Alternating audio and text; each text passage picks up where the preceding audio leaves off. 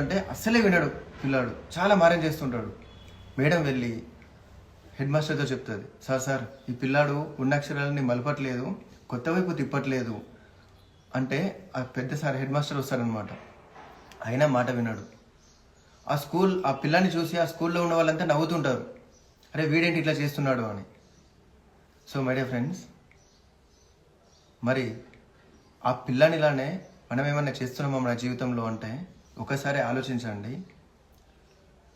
జీవితం అనే పలకను తీసుకొని, ఉద్యోగం అనే అక్షరాలని పలక మీద రాసుకొని రోజు పొద్దున రాస్తున్న దాని మీద ఉద్యోగం ఉద్యోగం ఉద్యోగం ఉద్యోగం అని 25 ఏళ్ళ నుండి మొదలెడితే 40 ఏళ్ళు వచ్చేదాకా రిటైర్మెంట్ అయ్యేదాకా ఉద్యోగం ఉద్యోగం జీతం జీతం అని రాస్తూనే ఉన్నాం.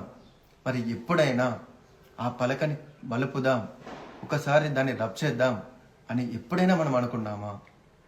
అనుకోలేదు కదా. ఒకసారి చూడండి, ఒకసారి ఆలోచించండి. మనం కూడా పిల్లల్లానే ఆలని పట్టుకొని ఇది నాది, ఇదే నా జీవితం, నాకు ఇట్లానే ఉండాలని అలానే డిజైన్ చేసుకుంటున్నాం కదా.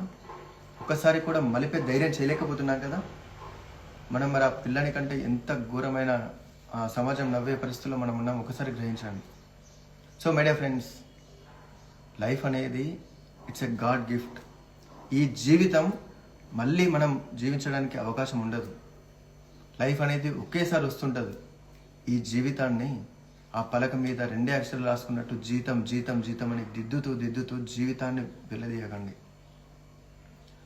కనీసం మీ ప్యాషన్ ఏంటి, మీ ఇంట్రెస్ట్ ఏంటి అని తెలుసుకోవాలన్నా ఒక్కసారి ఆ పలకని కనీసం తిప్పి చూడండి.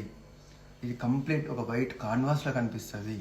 మీకు నచ్చిన పెయింటింగ్తో, మీకు నచ్చిన స్కిల్స్తో ఆ కాన్వాస్ అనే లైఫ్ని నింపుకోవచ్చు. ఒకసారి ట్రై చేయండి మై డియర్ ఫ్రెండ్స్.